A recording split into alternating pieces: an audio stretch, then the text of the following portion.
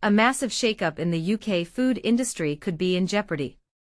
Greencore's ambitious £1.2 billion takeover of Bakkavor, a deal that promised to create a convenience food giant, is now facing intense scrutiny. But is this just a minor speed bump or a sign of deeper problems? The UK's competition watchdog is stepping in, and the outcome could dramatically reshape the supermarket shelves we see every day. In April, Greencore, already a major player as Britain's biggest sandwich maker, announced its intention to acquire Bakkavor. Bakkavor is a huge supplier of ready-made meals, including sandwiches, salads, and snacks, to nearly all the major UK supermarkets. Tesco, Marks & Spencer, Sainsbury's, Waitrose, and Asda all rely on them. The combined entity would have created a UK convenience food behemoth, boasting a combined revenue of approximately £4 billion. Imagine the sheer scale and influence this merged company would wield. However, the Competition and Markets Authority, CMA, the UK's regulatory body responsible for ensuring fair competition, has thrown a wrench into the works. The CMA has expressed concerns that this acquisition could lead to a substantial lessening of competition, specifically within the market for supermarket own-label chilled sauces. Think about it, fewer players could mean less innovation, higher prices, and reduced choices for consumers like you and me. But here's where it gets controversial. After completing its initial Phase 1 investigation, the CMA has given Greencore and Bakkavor until November 3 to address these competition concerns.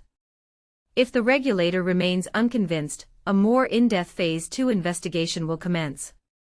This could involve a much more detailed analysis of the market, potentially leading to demands for the companies to sell off parts of their businesses, or even abandon the deal altogether.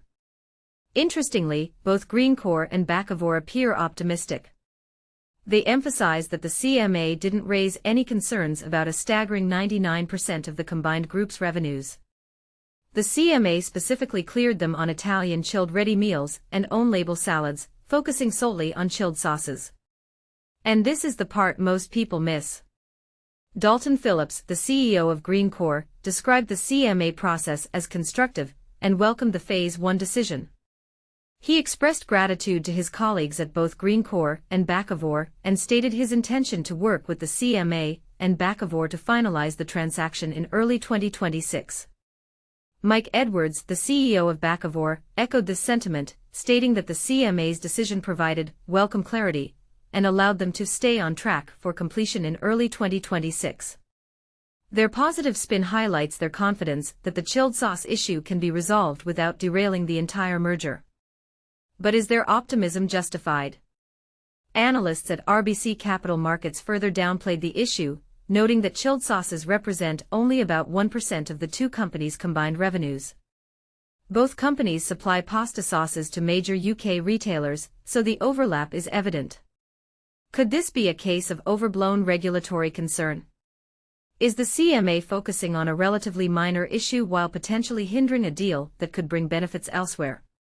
Following the announcement, shares in Greencore, which is based in Dublin but listed on the London Stock Exchange, experienced a slight dip of around 2% in early trading. Greencore employs approximately 13,300 people across 14 factories in the UK. Bakkavor, on the other hand, was founded by Icelandic brothers Leiter and August Gudmundsson, often referred to as the Bakka brothers. They served as CEOs from 1986 to 2022, and were known as business Vikings. The company, now headquartered in London, employs about 14,900 people across more than 30 sites in the UK and the US. The acquisition would mark a significant chapter in Bakkavor's history, potentially ending its independent existence. So what's your take on this?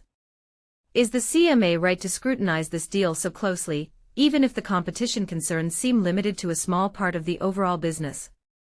Or is this an example of regulatory overreach that could stifle innovation and growth in the UK food industry? Should regulators focus on the bigger picture, or is it vital to protect competition in every niche market, no matter how small? Share your thoughts in the comments below.